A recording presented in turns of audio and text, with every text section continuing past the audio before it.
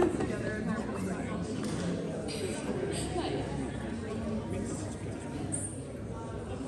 so welcome everybody. Glad you guys could come out. I'm going to go over basically the structure and then kind of introduce. So the first part of this is going to be me asking questions to our guest, and then after that we'll have an open Q&A, and there will be a microphone, like kind of someone with a microphone walk around. So if you have a question for her, you can raise your hand. And then feel free, there's cookies and drinks over there throughout. Okay, so our guest today is going to be Captain Laura. She's a distinguished commercial airline pilot for a major U.S. carrier, has experience in Boeing aircraft 767, 757, and Airbus 320s. Captain Laura holds a degree from Embry-Riddle in Aeronautical Science and has a minor in dispatch. She has taught various different types of flying and ground schools through her career. In media, she has been on CBS National News Aviation Consultant, has appeared in various regional news markets. She's also featured on an upcoming HBO documentary, and has served as a pilot actor advisor before. Additionally, Captain Laura was an Emmy-nominated co-host for KRON 4 News San Francisco Fleet Week broadcasts. She's a published author for books from books like From Your Captain, Welcome Aboard, Lost and Found, and is involved in airshow operations. Captain Laura has been recognized in Women in Aviation and by the 99s, and has won the Pilot of the Year award. Please welcome me, Captain Laura.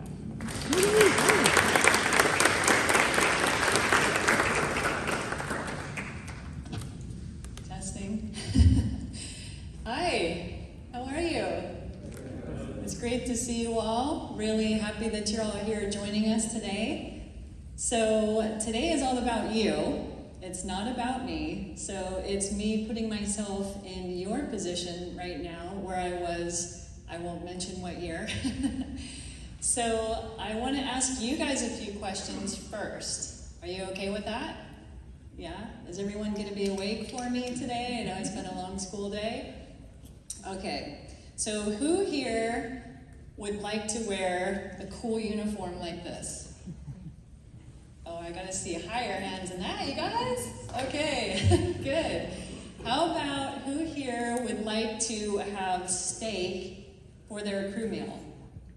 Free steak? Some? Yeah? Okay. Who here would like to be able to have a paycheck where you can actually pay your bills, buy things that you want, and help take care of your loved ones? Yeah, okay, that was a winner. Okay, and who here absolutely loves airplanes, like an airplane fanatic like me?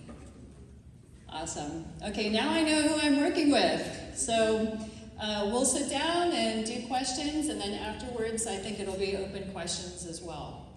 Should I keep hat on or hat off? Hat on. Hat on? Hat on? Everyone votes hat on? Okay, cool.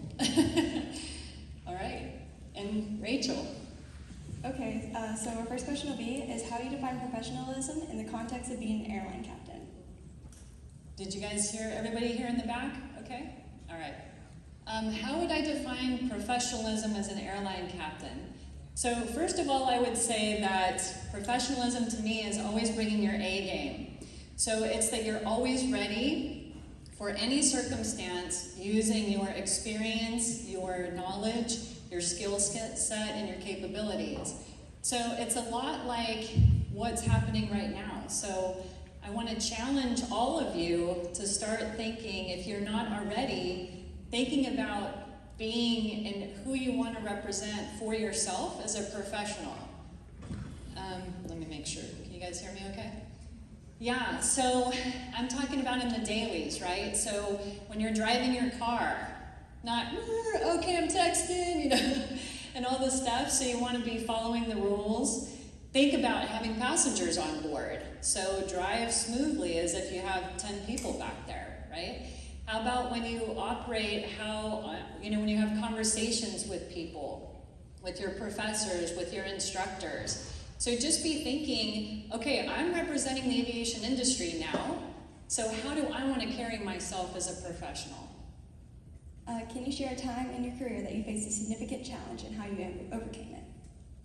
A time in my career, there's been a lot of significant challenges, but again, this talk is for you, so I want to talk a little bit about resilience. So who here feels that they're pretty damn resilient? Everyone should be raising their hands because the fact that you're all here is a testament, okay? So I will just tell you that, I was on my own at a very young age. I worked 3 jobs to pay for my flying lessons. I started flying at 15, soloed at 16, and I licensed at 17, and then, just kept, private multi and all that stuff. I was accepted to the Air Force Academy and also Embry-Riddle. And I was also homeless several times. I had no food many times. I've been attacked many times. And so it's all about, how you're going to come out the other side and being able to stay focused. So the message that I want to give to you within this is never give up. So no matter how hard things can be, trust and believe in yourself and your life and your goals and your ambitions, because without aviation and my best friends, I wouldn't be here today talking to you. So be resilient. It's going to be a tough road, and it is right now, I know. It doesn't then just magically suddenly become, oh, this is easy breezy, this aviation industry, okay? So Embry-Riddle is building you right now to be able to withstand the ups and downs and all that kind of stuff. How do you balance the pressures of your job with your personal life, and how has that evolved over your career? Let's see, balancing and pressures. So you're always going to have some pressures on. I mean, that's kind of what we're signing up for, right? So you just want to be able to kind of just stay focused and know that, this is something that we're choosing to do. So you might have to know that there's sacrifices that you're going to make. You're going to need to actually go where those jobs are. So, it's aviation a lot of times doesn't come to us. So we have to go to where the opportunities are. And sometimes, friends, family, colleagues, different situations, they don't quite understand sometimes how it is, what it means to us.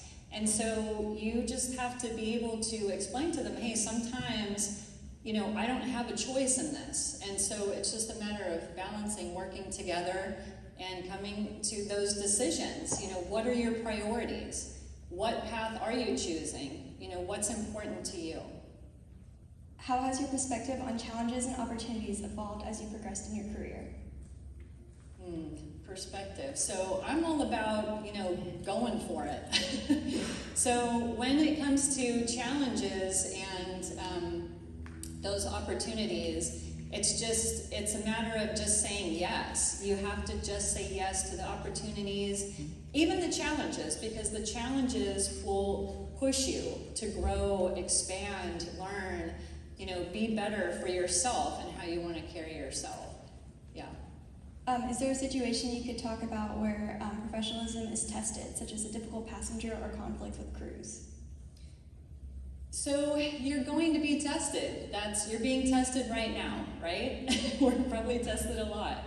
So you have to know going into it that you will keep being tested, and sometimes it'll come up to a point where, you're pushed to your brink. And that's where you're relying on your training and your knowledge and your experience and what you've already built to date in order to, be able to persevere and overcome those things. Yeah. Do you have any techniques that you use to maintain focus during long flights or high situations like check rides? Well, start now. So I know that it's a challenge right now with all of the distractions that we have. So when you're in school, when you're in your classes, activities, flying, every situation with all the things that you have, you want to stay really focused and don't let those distractions, even big, the big ones, steer you off of what your goals are. So you want to just be able to maintain, again, those goals, how you want to carry yourself forward. How do you prepare before each flight mentally to ensure that you're in the right mindset for the responsibilities ahead? So just like you guys prepare right now, right? So same thing as us. So you study, you make sure that you know what to expect from the next lesson that's coming up. You want to be able to anticipate. We always call it, stay ahead of the jet, right? So you want to anticipate what's going to happen in class, what's going to happen in your lessons, what's happening, with your activities, and be able to anticipate those things coming up. Also, be on time. Don't be late. Again, that's professional thinking. So be early. Make sure that you're there, because when we're not prepared, when we are rushed, that's when mistakes can happen. So I would say right now, just kind of, again, getting in that mindset. Can you share an instance or a story when staying focused was critical to the outcome of a flight? Staying focused, let's see. Yeah, so, staying focused, it's safety critical, right? Because, when you're flying along at altitude, going 550 miles an hour, being able to stay focused on your tasks at hand. So just like now, the same thing, because it'll set you up for success as you go forward. You don't want to be distracted when, you're having a major in-flight emergency and, my brain's used to doing this, right? So you have to see the task all the way through. And sometimes, it might take as much as 45 minutes to even 3 hours. So imagine trying to train your brain to stay focused for that amount of time. Because when we're at those altitudes and things, and we're both maxed out handling the emergency, running the checklist, coordinating with everybody, making those critical decisions, you're still aviate, navigate, communicate, right? And so staying on top of everything and being able to then land and get everyone safely on their way. And sometimes if we're over the ocean with ETOPS, it might take 3 hours before you can get to the nearest alternate, right? What advice would you give to young professionals about upholding standards of professionalism even when no one is watching? So I feel really strongly about this one. So being able to uphold standards even when nobody's watching. So I can't emphasize this enough to you all. So an example. So flying, right? So initial stages, plus and minus 100 feet of altitude.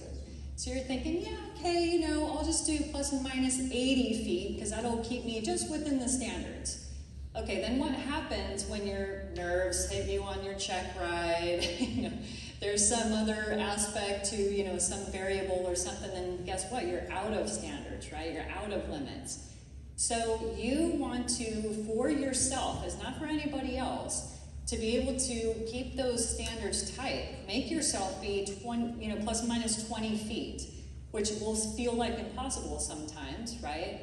But if you're used to always just thinking that way and pushing yourself to really tight standards to keep that bar high for yourself, same thing, airspeed, plus and minus 10 knots. No, keep it plus and minus 2 or 3 knots, right?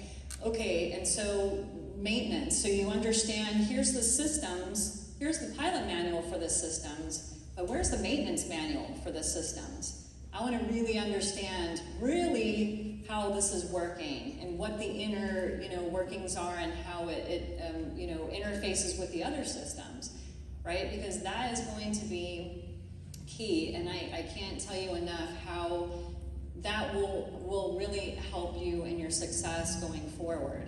And one of the things that I want to say too is I know a lot of you, if not all of you, are thinking, okay, is it really worth it to be here? From a money perspective, a time perspective, an effort perspective, and I can unequivocally tell you yes, because I was there with you, and like I said, having joined clubs and steal food to just to eat. And so when you get out into the real world and you think, oh, okay, well, everybody knows what I know. Everyone can perform how I perform and have the capabilities I have. And you'll be really pleasantly surprised when you realize that generally, that's not the case. What qualities do you believe are essential for effective leadership within the aviation industry? A lot of qualities, and now's the time to put yourself to those tasks, right, for leadership. As an example, here's Rachel, right? Yay, Rachel! Sitting here with us. So volunteering, in WAI for a treasury position, and then also volunteering to do this, to help mentor you guys. So leadership, it's really essential, and the key elements I would say is listening. So I know that sounds like, well, of course you're going to listen. No, like really listen, because a lot of times there's so much input, right, from all different directions, and you're thinking, okay, you have all your own stuff in your head, especially when you have so many factors on large flights and things like that. But you want to set the tone for everybody, a professional tone that, hey, I can receive, and I expect you all to be professional, so that if you see something, you say something, because you will miss things. I mean, we're all human, right? So you want to set that stage to be able to have your crew members speak up. I mean, like right now, you're my crew members on this journey today, right? So another thing is mentorship. So that's as you're going up to the next levels, you want to bring up those people behind you and share with them what you're learning. And that's what I would say. Can you provide an example of a time when your leadership made a significant impact on your crew or the flight? Well, I can tell you, without leadership skills and pushing myself, I wouldn't be able to be a captain on a major airline. I'm doing news media, and that was from teaching ground schools. Right after graduation, I'm like, oh yeah, I'm teaching ground schools, and guess what? All those students wanted to sign up and fly with me then. So it's being able to say, okay, well, so now I'm on national news often, written books, blogging, CaptainLaura.com. So I've gotten several world level awards, and Emmy submissions and things like that. We're doing some amazing things, and that comes from having a foundation of leadership, because I can tell you, I was the shy, compliant little tomboy girl that had this, affection and huge draw to powerful machines and speed. So of course back then, those two things don't go together. So I kept getting kind of clumped over, no, you need to be in this category over here. It's like, no, but I really love machines and fast things, and how can I translate that? So yeah, you gotta just stick with your goals, stick with your drive, and just have those visions in front of you of what you're striving toward. How do you foster a collaborative and supportive environment amongst your crew members? Hey. So yeah, I was probably the happiest graduate there, I'll have to tell you, because now you know some of my background. So a supportive and collaborative environment is so key, and you all can be doing that right now. So it's just showing other people that you care, that they matter, what they're bringing to the table is significant and important. And so it's listening, putting yourselves out there and saying, hey, I'm here, even though I'm not comfortable with this. I'm putting myself out there, volunteering for things, I'm connecting with people, even though you're like, ugh, So yeah, it's pushing yourself to be the person who you imagine 5 years from now. How do you identify and seize opportunities that are pivotal in your career? Identify and seize opportunities. So yeah, you have to go for it. Especially toward when you're getting near senior year and it's time for graduation, don't be the person that's like, hey, I'm going to take 6 months or a year off and I'm just going to chill and game and and stuff like that. A lot of those students that I saw that were a class ahead of me never returned to aviation. So it's just, you lose your skill set, your knowledge, and some of your drive toward what you're working toward. And so it's just, again, a matter of staying, focused on, where you're going, what you're doing, and how you're going to get there. So use all the resources that you can, network and work together, and keep in touch with each other, because you also never know who's going to be your boss. So for me, my graduation, I was already talking, 6 months before I graduated, speaking with the Career Center counselors, because of, what did I tell you guys before? For me, if I did not have a job day after graduation, I was going to be what? Homeless, without food, didn't have a car, nowhere to go. No. So I was absolutely determined to go for it, and it's been that way ever since. You go through the front door, side doors, back door, dig under the foundation. It's not going to come to you. You have to make it happen for yourselves. Can you discuss how a mentor or role model has significantly impacted on your career and how they influenced your approach to resilience, leadership, and professionalism? Well, let's see. So I would say the initial foundations, when I was 16, I cut classes a few times to go to an air show because I figured that was part of my development, right? So going to the air shows and being able to just see, wow, how these beautiful airplanes, and how do these pilots operate these airplanes this way? And two mentors that were really key role models in my early days one was Julie Clark. She was one of the first women Navy pilots, and also she was one of the first women pilots at Northwest Airlines. And so you see her fly, was a war trainer and everything, T-34 and T-28, and beautifully painted, all patriotic, and doing these aerobatics and lands, and opens the canopy, and she's this cute little thing. It's total Spitfire. And so I was just like, oh my gosh, look at those possibilities. And so she kind of took me under her wing, and she said, never give up, stay focused on your goals, and don't take any from anybody. So that was one. Another one was Brian Schul, Major Brian Schul, and he was an SR-71 pilot. Who knows what an SR-71 is? Right? Okay, I'm a total freak about that airplane. Okay. So that was a difficult one for me, because back then women couldn't fly in combat, we couldn't fly SAC or any of that stuff, but I would have given body parts to be able to fly that airplane. So you can imagine my pure joy when I first saw the SR-71, just right overhead, and was just enamored, and have been ever since. And so one of the pilots, there was only 92 pilots in the entire world that could fly that airplane.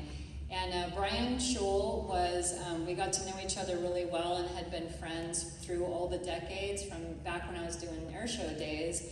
And he was an Air Force weapons school, which is like the Navy Top Gun instructor.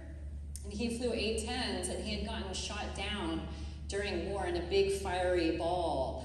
And he was burned, he had third-degree burns over 80% of his body, and he wasn't expected to live at all. It was a miracle that they were even able to get him out from the jungles in there. And he decided, he told the doctors, and he had probably, I think it was 20 different surgeries over the course of a year, and his body was shutting down, and he just kept fighting. And he saw the SR-71 fly overhead, this is in Okinawa, and he said, yep, don't cut off my thumb knuckle here, because I won't be able to grip the stick then. So they kept cutting all of his scar tissue so that he can move, and the Air Force was like, yeah, but you're burned. He's like, it doesn't affect my performance. Yeah, but what about the oxygen? It doesn't affect my performance. So constantly had to just keep proving himself, and he had the first also black Rio. So between the two of them, they were, quite the awesome team. And so anyways, it was a real privilege and honor. We just lost him last year. I was devastated. To work with him and his books and his speaking. He was just an amazing keynote speaker. You see people just crying in the audience. It was amazing. Let me just finish that. So mentors, find them, keep them, hold on to them your whole career. They make all the difference in those moments that you're kind of struggling, and then you think about them and how they've paved the way for all of us. In your experience, what roles does continuous learning and self-improvement play in maintaining focus and advancing in the aviation industry? Yeah, so it's a huge role, actually, continuous learning, because what industry are we in? Is it always changing? right? Probably even the time when you guys are here. So there's going to be, you know, different opportunities and different things, different stuff that you're learning and different curriculums now. It's always going to be that way because aviation is always evolving. Sadly, occasionally it devolves sometimes, but that's where, you know, as a professionals in the industry, you got to keep, you know, pushing forward. So yeah, so those procedures, that technology, just be kind of always forward thinking. Be researching, understand what's going on in the industry and who's the mover and shakers and what things are coming out. I mean, one of the things that we're having to fight against now is the technology, right? So we had already gotten rid of the flight engineer, now they're trying to get rid of the first officer. And, you know, I'll just say this, if I had it my way, I would be able to show the public, okay, when something's really going wrong, both pilots are completely task saturated that entire time to get that complex jet, you know, handled, taken care of, and get everybody safely on their way. When you don't have two pilots with full skin in the game, safety gets compromised. Last question, what advice would you give to college students about finding and pursuing opportunities in aviation? So much. So I said already one, career center counselors, right? Okay, everyone has now smartphones, so let's be smart with them and do research. So especially as you're getting, like I said, within a year of graduation. So call on the phone, I know, and so I have college age kids, just so you know. So, you know, it's like impossible to get them, just call on the phone. Yeah, I don't know, but can't I just text or DM them? No, it's a corporation.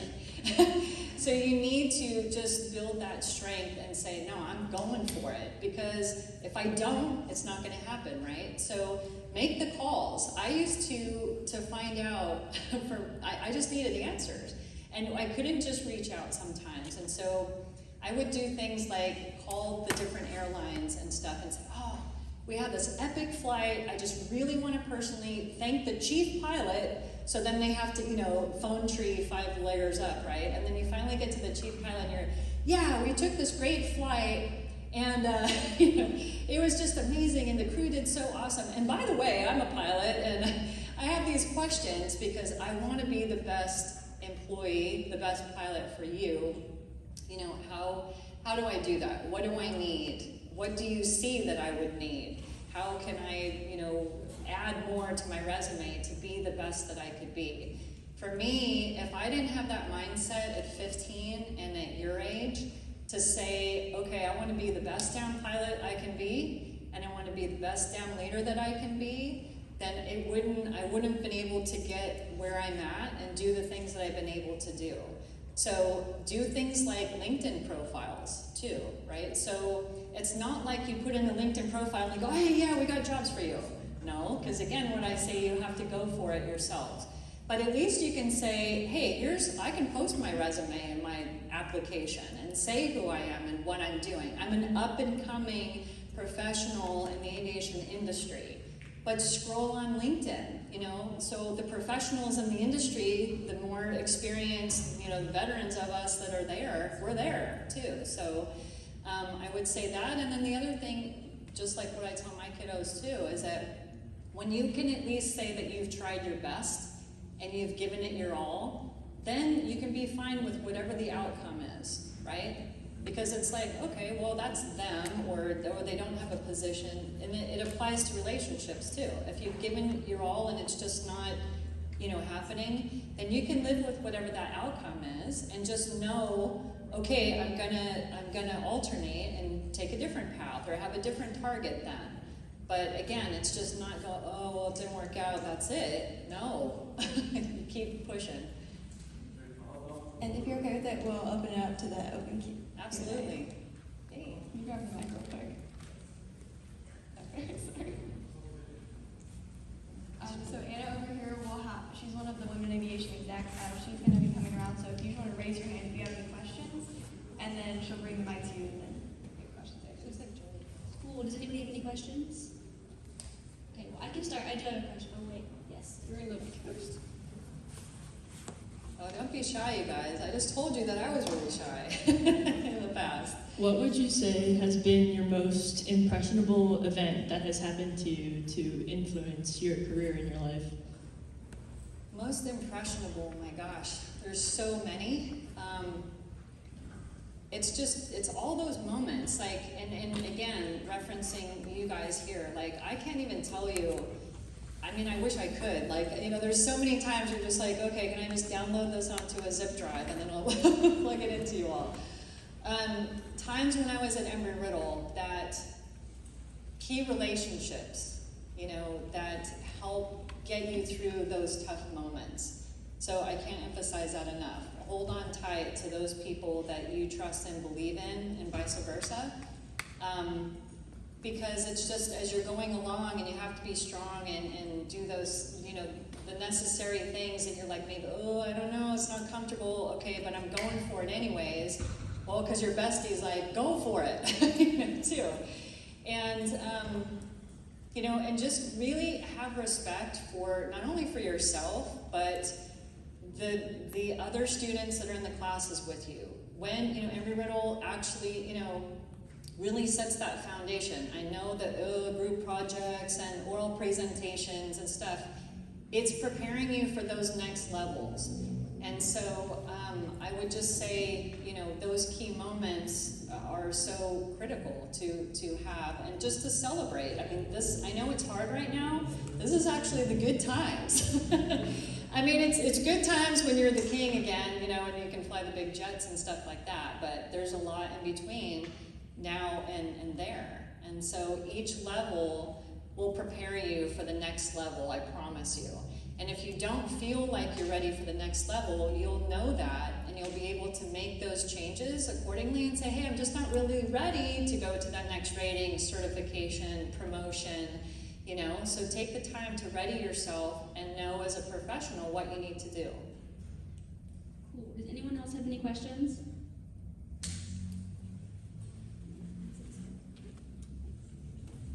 You briefly mentioned being accepted to USAFA. I was curious, what made you lean to Embry-Riddle instead of going to the academy? That's a great question. So my whole thinking was I want to go to the best of the best, right? So I thought, okay, well, these are the two options, best of the best. And so, and I did fly everything. I mean, I was the person that was like, okay, flying aerobatics, I'm doing air shows. Okay, I want to do passengers, cargo, charter, military, civilian, domestic, international. Even at the airlines, it's like, I want to fly every seat, every fleet, because I knew that it would push me to be the best that I could be. And so, this is a tough one to say, because it would have, I always wonder what my trajectory would have been. So it came down to, so I had the congressional nomination and the acceptance, and so when I went to sign the papers, I said to the guy, and at the time I had private, halfway through instrument, and a private multi-engine, so years of, flying and training, and I said to him, I said, well, can you guarantee that I'm going to flight training? I'm dedicating now 4 years of my life to, I'll tell you, so 4 years initially, and then go to flight training, right? And the guy literally laughed. Like, are you kidding? You know who you are? Was that response. And slid the papers in front of me, sign here for your 9-year commitment. So I just wasn't willing to roll the dice that I wouldn't be flying. That I would be a soldier and I would do great at whatever assignment I get, but it's 9 years that I potentially could be away from flying, out of the cockpit.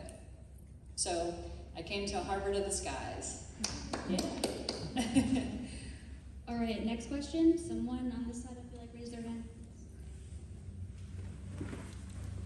So you said you're like a mom. I was just wondering how you balance family life over the years as a pilot. Yes, that is a good question because, I'm from the, I guess technically 80s era, but in my brain I'm kind of a 70s chick too. We were being told, oh, you could do it all. You could have everything. You could do, you could be superpower career person and have your family and exercise and look great and hang out with your friends and, be an awesome wife and, be it all the time. And so the reality is, you really can't, there's gonna be things that are sacrificed. So it's like what I was saying about priorities. So when it comes to family, I'll just say this, like that you see how some people do it and how they're able to be successful at being able to do that. A lot of times it really takes a village to have your family. If you have family, unlike I didn't have that. But when you decide, hey, I'm in aviation, I'm going to be traveling, and guess what? Aviation's 24/7, right? So you're doing weekends, holidays, that's part of the sacrifice for the love of airplanes and aviation. So if you have family support and partnership support and friends and community that can kind of help rally around you, it really helps a lot. I didn't have that, so it was really, I taught my kids very early on to be independent. So they were doing their laundry at 7 and 8 years old, cooking their own food, because mom's gone 3 days, 4 days out of the week. And so I really tried to make those decisions. I did not want to be gone more than 50% of the time from home, because I am choosing to have kids. And I was probably 0.03%. We had 4% women pilots, and 1.5% of us were captains, and probably 0.03% of us had kids.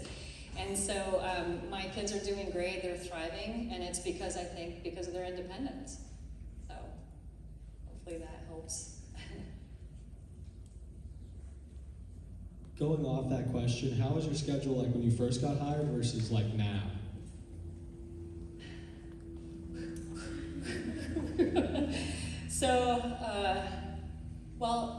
Initially, so when I finished Embry-Riddle, it was like, okay, build my time. But really, I want you to know too, it's not just about building time necessarily, because that's what we're kind of prone to think, right? Just, build your time, checks in the box and all that stuff. But the thing is, it's really about building experience, because you really never know what's going to happen in the world, as we've seen, unfortunately. Things can go sideways just like that. And so now you went from here's my trajectory to here's my trajectory. So it's as you're coming up and trying to make those decisions, you think, okay, just as an example. So I was hired on at my major airline, and this was after doing flight instructing. I was a Navy contract pilot.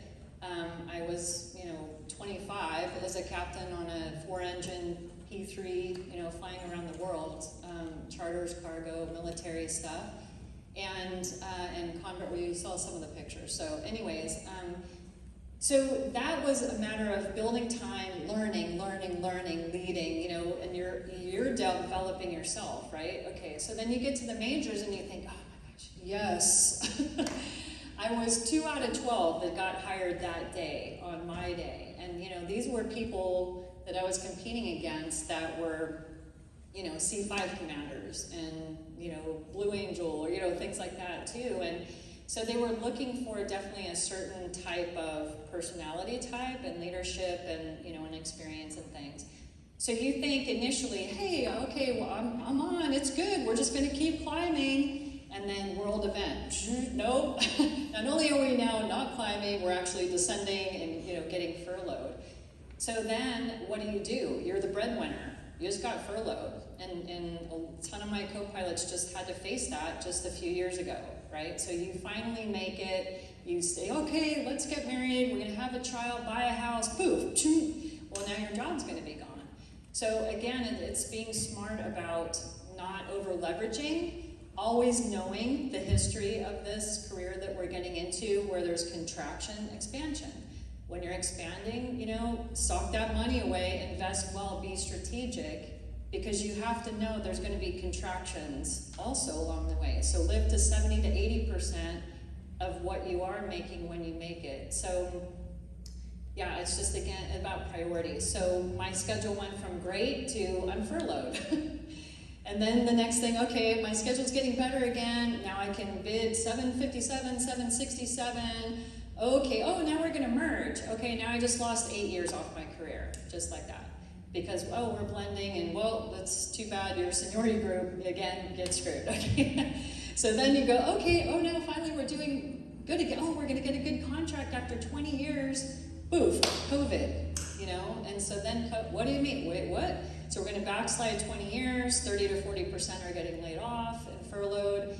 So you have to be flexible and resilient. And again, it's, you know, what are your priorities?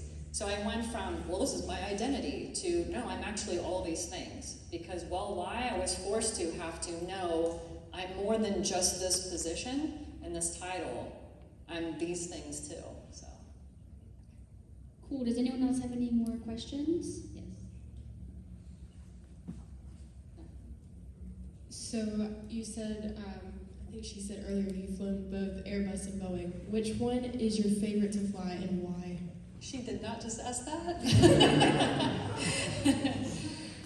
Oh gosh, okay. Do I tell the truth?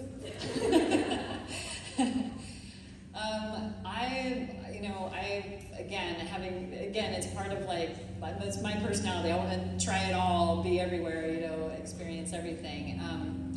So I personally, and I should say I'm married to a Boeing engineer, so precursor with that. I love Boeing. I mean, I think Boeing, yes, we've seen some things that have happened, not smart decision making, of course, you know, some within the inner workings of management within the company, things like that. But when you look at the history, you know, Boeing is 100 years old, right? So we've had, gosh, how many? It's like 100,000 aircraft that they've manufactured. There's been this many things that have happened, right? So it just shows the quality. So I feel like, and I know it to be fact, that of course Boeing designs their aircraft with engineers, mechanics, pilots, flight attendants in mind as they're creating things, not in spite of us. Okay, having said that, so Airbus has the philosophy that, hey, these planes can be flown in third world countries. Okay, well, it is a great airplane. It's kind of like the difference, well, I don't want to do that.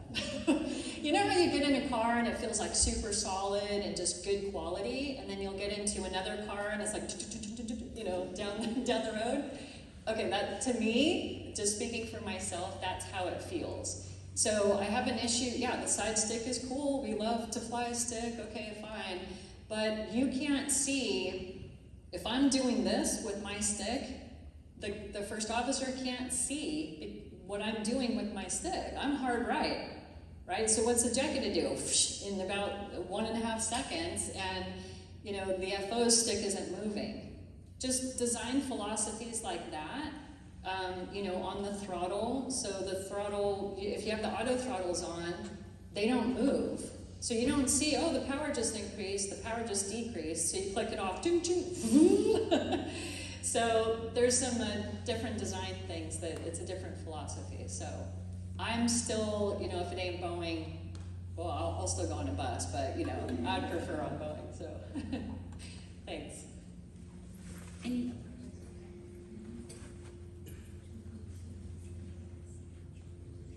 Hi, I just want to say thank you so much for coming.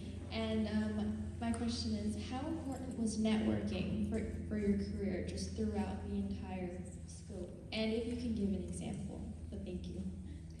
Thank you. Yes. Okay. I have to tell you, I kept hearing all the time when I was in school, networking, like, right? Okay, whatever. You know, that's how I felt about it. It's like, okay, well, if I'm doing all the things that I'm supposed to do, and my bar is this high. Here's my grades, here's my classes, here's all my activities, you know, I was on the flight team, I qualified for nationals, you know, I was president of the 99s, and, you know, all those kind of things, and, you know, acing my flight stuff, and, you know, always well prepared and everything. You think, oh, you know, how much percentage does networking have to do with anything? And I would probably even say 30 to 40%. So you get into this, you know, this field, and although it seems to you guys really big, it's actually really small. So a lot of us, you know each other from different paths within your career courses. So as you're in school, and then you might be doing an activity with a different school with women in aviation, or flight team, or whatever activities you're involved with, or classes that you're collaborating with, right? Hi. And so it becomes actually really important, because then, like I said, so I'll just think of a time, okay, when I was flight instructing. So Paul McDuffie, absolutely love him. So I had a job offer to flight instruct here. And then actually we talked about setting up a satellite campus out in San Jose. But I really wanted to be able to get out, back to California and teach all different levels of flying right out of the gate, and be able to fly everything. And in the Bay Area, Silicon Valley, everyone's, it was great. It was great opportunities. And so those networking things, when you think about, okay, now I'm flight instructing, and again, like I said, okay, well, what do you mean you guys don't know this? Do you guys know this? Are you gonna teach that? They're like, what? And so you're like, interesting, okay. And then you're used to oral presentations and those things. So then within that realm, it's next steps, ATP, right? Because you built a bunch of twin time, because why networking? So I used to go around and I would put little flyers on all the twin engines, because heck yeah, I'm gonna have an MEI. Because why? Because then I can log that time, right? So putting flyers around all the twin engine airplanes, around all the airports, and say, hey, if you need a safety pilot, well, yeah, okay, guess what? Calls start coming in. So then you're flying a Cessna 421, and then you're flying a King Air. And, and you're, again, holding yourself as a real professional, teaching them, hey, don't shock cool your engines like this. It's a reciprocating engine. Gotta baby it, that kind of stuff. So it's really important, much more so than I ever expected. Yeah. Hello. Hi. So my question is, what do you think about the pathway programs like Aviate or Propel, and should I do them, or should I keep my options open? It's whatever you feel strongest about that would be the best for your path. Because there's pros and cons about, actually, and my nephew Jake, he's flying. As a matter of fact, he's coming up on solo right now. And so it's, hey Jake. So it's tough, because you're like, okay, Captain Laura, okay, but my aunt heart, too, at the same time. So it's, we're trying to determine the same questions. I mean, the opportunities that you guys have right now, are just amazing. The things that, opportunities that we didn't have. But it's really a matter of what you feel is best for you. Because, maybe you want to go on a path where, okay, you're flight instructing, and I do highly recommend flight instructing, so not like banner towing and things like that, because once you have to teach something, because not only do you teach it one way, you really have to teach it 3 or 4 ways, because your brain might, work this way, but the person that you're teaching, brain is, working different, and so you have to be able to explain, okay, well, that didn't work. Let me try this. Okay, that didn't work, And so just being able to know, okay, well, maybe I need more time in this level, right, in this arena. Or am I really ready to take on that type of really strong curriculum and do everything I can? So, as an example, one of the things I so badly wanted to be able to do an internship. So being able to do an internship with United, and they had Learjet type ratings, and I had the grades, I had the activities, I had the drive. I didn't have any family support or backing. So it's like, okay, well, if I was lucky enough to land an internship, well, I guess I'd be sleeping on the grass outside, because, well, they're not going to pay me, but I'm going to learn a ton for 4 months, right? And so then I'd have to be working all night at a job just to pay for my roof and my food. So I couldn't take that path, right? So some friends of mine that did, they were able to shave off a couple of years because they had that golden ticket and of course performed well and got the experience. So, yeah.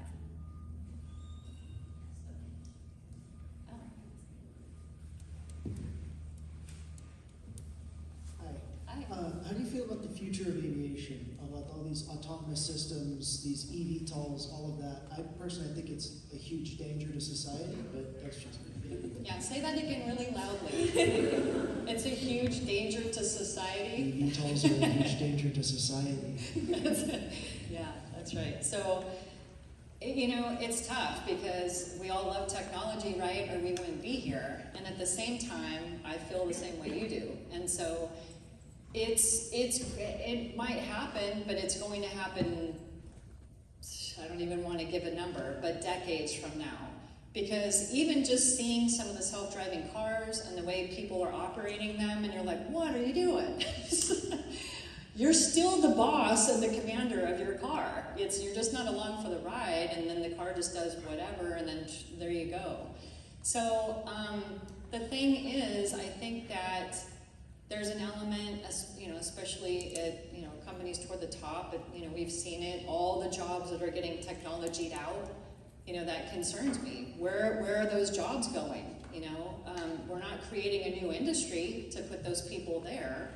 So it's a tough one because you want to embrace it, but at the same time, when it's, you know, things as critical as, you know, 3 dimensions, and there's so many dynamic environments that we operate in, it's impossible to program things like that. And again, when there's not a person at the front end, skin in the game, 2 people, because what happens if something happens to this person? This person has to take over.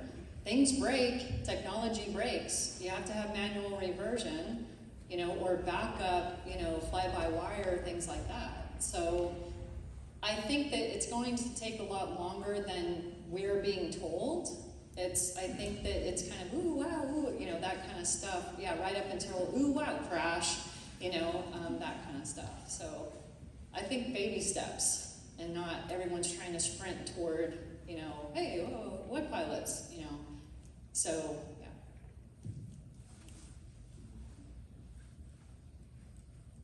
Hi. Hi.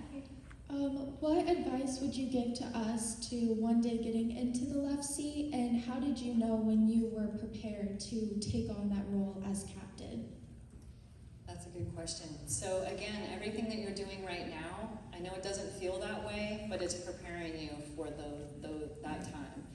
And, you know, so as you're going along, when you're doing things like, you know, the next levels and the leadership, that's all those base foundations. So when you keep that bar high and you keep preparing and you keep, you know, saying, oh, how's that person doing it? Oh, I like how that person operates as a leader, so I'm going to emulate that. Oh, I don't like that person as a leader, so I'm going to ditch that aspect.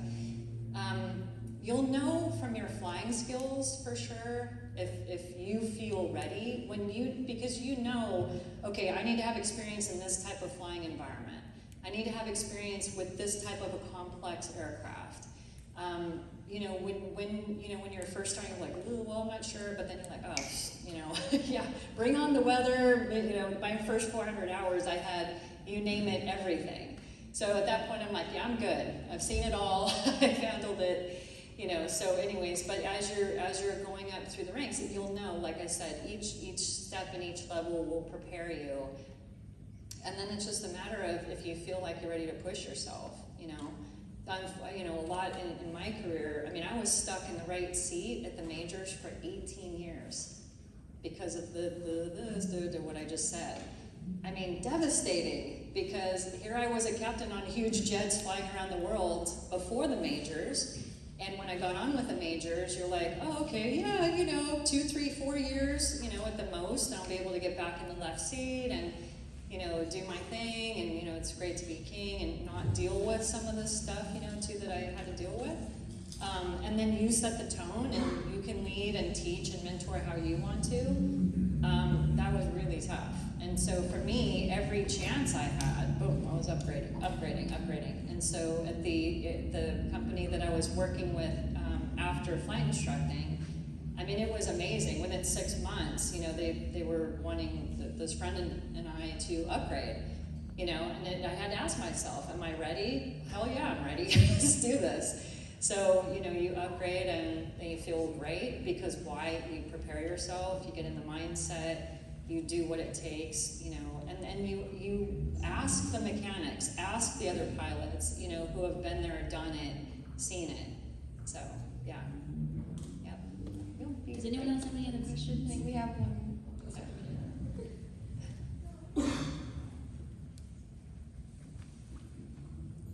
So as far as the pathway programs go, I know some of them guarantee you a job, but my thing is like they don't really tell you when. So could you be a CFI for like 4 years before you actually get that job? So I think that they have contracts, right? So I would read the fine print. Like I said, here's my sign here for your 9 years. Yeah, no, I'm not going to do that. So you can read kind of what the contract says. They shouldn't hold you hostage as a CFI for 4 years. You should have an eject clause in that, so that you. That's a really good question, because you want to be able to have that experience. But like in my case, I didn't just want to teach initial. I wanted to teach instrument and multi and everything too, and ground schools. And so sometimes you kind of get locked into, okay, well, you're going to be stuck in the Frasca simulator for 2 years or something. So it's, I would just make sure before you ever sign anything that you really understand what it is you're signing up for. Any other questions? Anna, you had a question, didn't you? I know you spoke about like perseverance and not giving up and leadership and all this stuff, but what would you say? Because I'm taking private pilot operations right now, the class, and I don't want to get into that mindset already. Like I'm scared over like the material I'm learning. But what other advice would you give in terms of like passing the written, the orals, like check rights and all that stuff?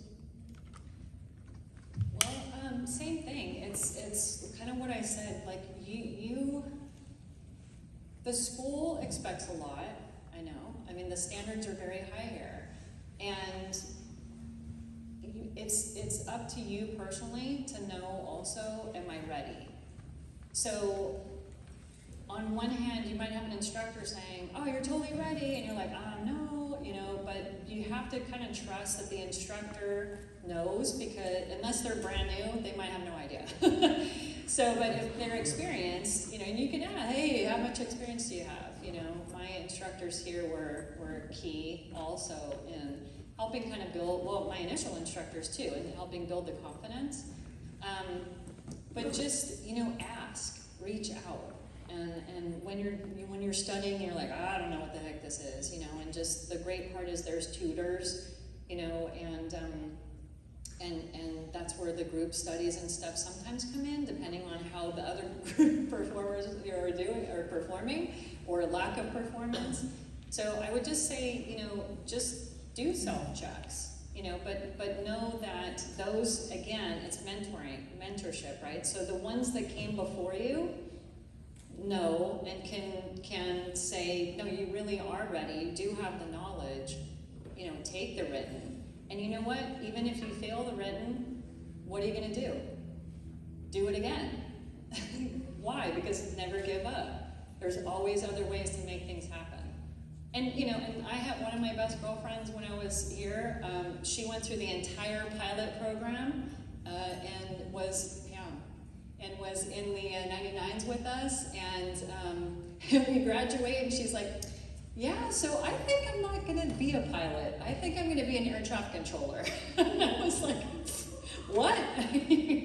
All of this experience and all this training that you just did, but she's awesome. And, that's another thing I'll say. Anything in aviation that's crossover, like, oh my gosh, it's huge. I mean, that person becomes like rock star valuable, because if you have an AMP and you're a pilot, or you have avionics tech stuff and an AMP, or you know what I'm saying too? So anyway, so that was a good example of her going, it's just not my thing after going through all of that. So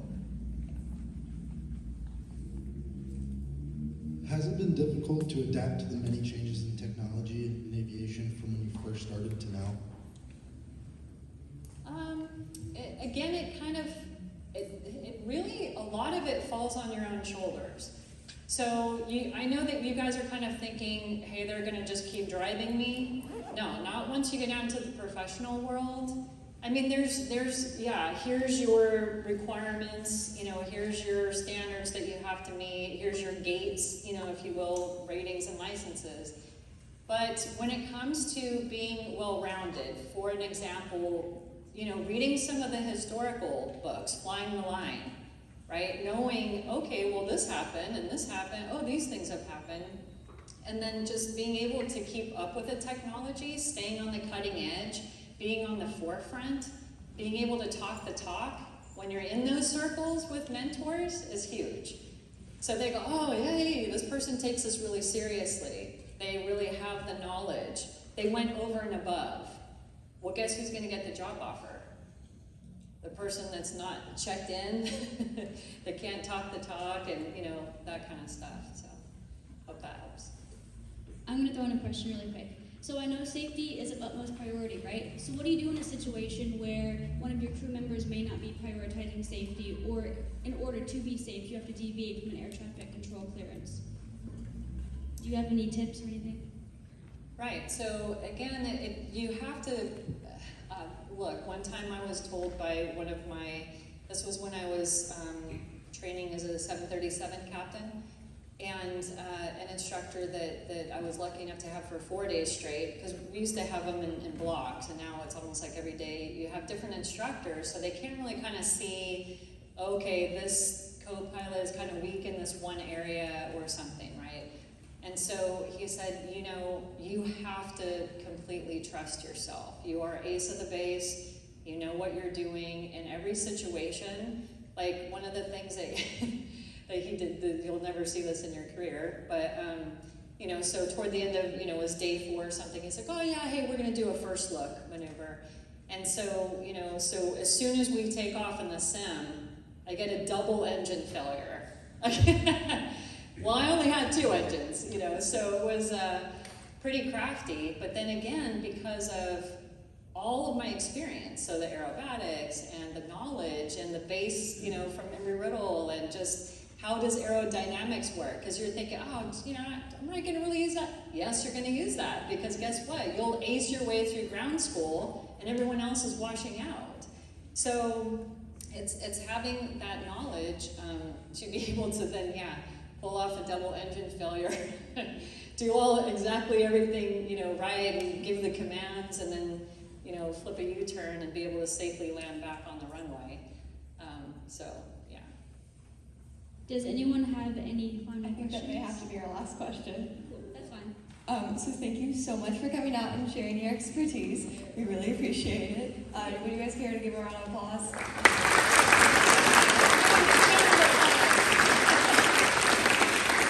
You guys can always reach me on there. Make sure to jump on with me. And if you have questions, even if it's 5 years from now, hopefully I'm still going strong. And if you guys are here for the extra credit for your class for I think they're above 200 levels, those should be at the exit. They're kind of on the boards. And if you're a Women in Aviation member, one of our exec will be up here with the sign-in code for points. So if you need any of your